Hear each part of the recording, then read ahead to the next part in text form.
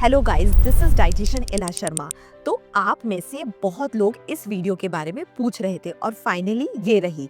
अगर आपको कभी लगा हो कि आपका स्टमक बैलून की तरह फूल जाता है जिसकी वजह से अनकंफर्टेबल, स्लगिश या एम्बैरेस्ड फील होता है, या फिर किसी फ्रेंड ने आपका टमी देखकर पूछ ही लिया हो बॉय या गर्ल और आपने कहा हो मसाला डोसा, तो ये वीडियो आपके लिए है। ब्लोटिंग फ्रस्ट्रेटिंग होता है, अनप्रिडिक्टेबल होता है और काफी अनकंफर्टेबल भी। आज हम डिटेल में समझेंगे ब्लोटिंग होती क्यों है, इसे कैसे रोका जा सकता है और जब कुछ काम ना करे तो एक्चुअली क्या काम करता है।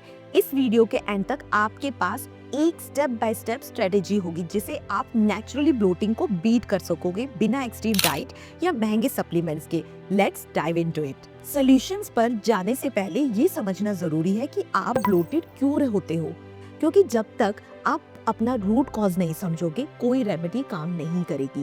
ब्लोटिंग सिर्फ एक रीजन से नहीं होती, इसके अलग अलग कॉजेज हो सकते हैं और ये जानना कि आप पर कौन सा अप्लाई होता है वही की है ब्लोटिंग को फिक्स करने का। हार्मोनल फ्लक्चुएशंस, मेडिकल और डाइजेस्टिव कंडीशंस भी ब्लोटिंग का रीजन हो सकती है, लेकिन बहुत लोगों में ब्लोटिंग एक्सेस गैस की वजह से होती है। आपके गट बैक्टीरिया कुछ फूड्स को फर्मेंट करते हैं और इस प्रोसेस में गैस रिलीज होती है। कुछ फूड्स डाइजेस्ट करना मुश्किल होते हैं जिससे ज्यादा फर्मेंटेशन होता है और ब्लोटिंग होती है। गट बैक्टीरिया को मैं इवेंट डेकोरेटर की तरह से बोलती हूँ, जो फर्मेंटेशन पार्टी के दौरान स्टमक को गैस से बैलून बना देते हैं। अगर आप beans, onion, garlic, dairy, sugar free products या फिर क्यूरिफेरस वेजिटेबल जैसे ब्रोकली, कॉलीफ्लावर, कैबेज खाने के बाद ब्लोटेड फील करते हो तो हो सकता है ये फूड भी रीजन हो सकते हैं।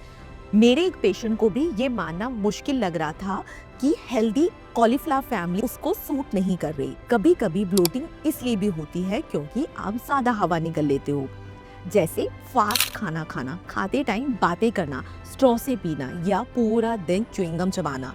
ज्यादा एयर स्टमक में जाएगी तो गैस बिल्डअप होगा और ब्लोटिंग होगी। कॉन्स्टिपेशन भी एक मेजर कॉज है। जब फूड गट में ज्यादा टाइम रहता है तो उसे फर्मेंट होने का टाइम मिल जाता है जिससे गैस और बढ़ जाती है। अगर आपको फ्रीक्वेंटली ब्लोटिंग होती है और रेगुलर बाथरूम क्लियर नहीं होता तो यही रियल प्रॉब्लम हो सकती है। फूड इंटॉलरेंस भी ब्लोटिंग को वर्स बना सकती है। अगर डेयरी या ग्लूटेन खाने के बाद हर बार ब्लोटिंग होती है तो हो सकता है आपकी बॉडी उन्हें प्रॉपर्ली डाइजेस्ट नहीं कर पा रही हो। इसको टेस्ट करने का सिंपल तरीका है, कुछ हफ्तों के लिए इसे एलिमिनेट कर दो और फिर ऑब्जर्व करके देखो। अब जब हम कॉज समझ चुके हैं तो चलिए इसको फिक्स करते हैं। सबसे पहला स्टेप है आइडेंटिफाई करना कि कौन से फूड्स आपको ब्लोट कर रहे हैं। अगर आपको कुछ फूड्स पर डाउट है तो उन्हें कुछ दिन के लिए हटाकर देखिए और ऑब्जर्व कीजिए। सब कुछ एक साथ कट करना जरूरी नहीं है, बस टेस्ट कीजिए और बॉडी के रिस्पांस के हिसाब से एडजस्ट कीजिए। नेक्स्ट इंपॉर्टेंट स्टेप है स्लो ईटिंग। ये सिंपल लग सकता है लेकिन बहुत पावरफुल है। जब आप फास्ट खाते हैं तो ज्यादा एयर स्वेलो होती है जो गट में ट्रैप होती है और ब्लोटिंग होती है। इसीलिए फूड को अच्छे से च्यू कीजिए, खाते वक्त बात कम कीजिए और स्ट्रॉ अवॉइड कीजिए।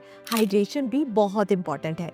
डिहाइड्रेशन डाइजेशन को स्लो कर देती है जिससे ब्लोटिंग बढ़ जाती है। रोज कम से कम 8 ग्लासेस पानी पीने से गट मूवमेंट बेटर होती है और ब्लोटिंग के चांसेस कम होते हैं।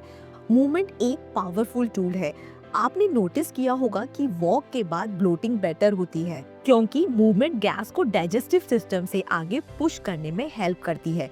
मील्स के बाद 10 मिनट की शॉर्ट वॉक भी काफी हेल्पफुल होती है। अब बात करते हैं कुछ नेचुरल रेमेडीज की। पेपरमिंट टी गट मसल्स को रिलैक्स करती है और गैस को इजीली मूव करने में हेल्प करती है।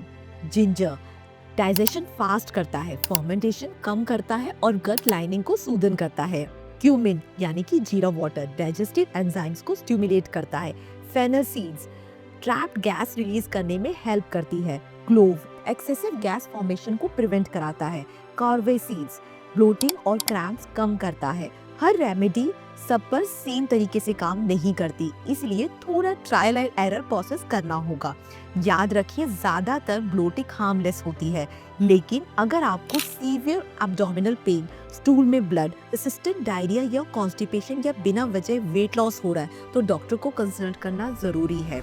अगर ये वीडियो आपके लिए हेल्पफुल रही हो तो लाइक कीजिए, शेयर कीजिए और उन लोगों के साथ शेयर कीजिए जिन्हें इसकी जरूरत है। कमेंट में बताएं कि आप नेक्स्ट कौन सा टॉपिक देखना चाहोगे। Stay healthy, stay gutsy.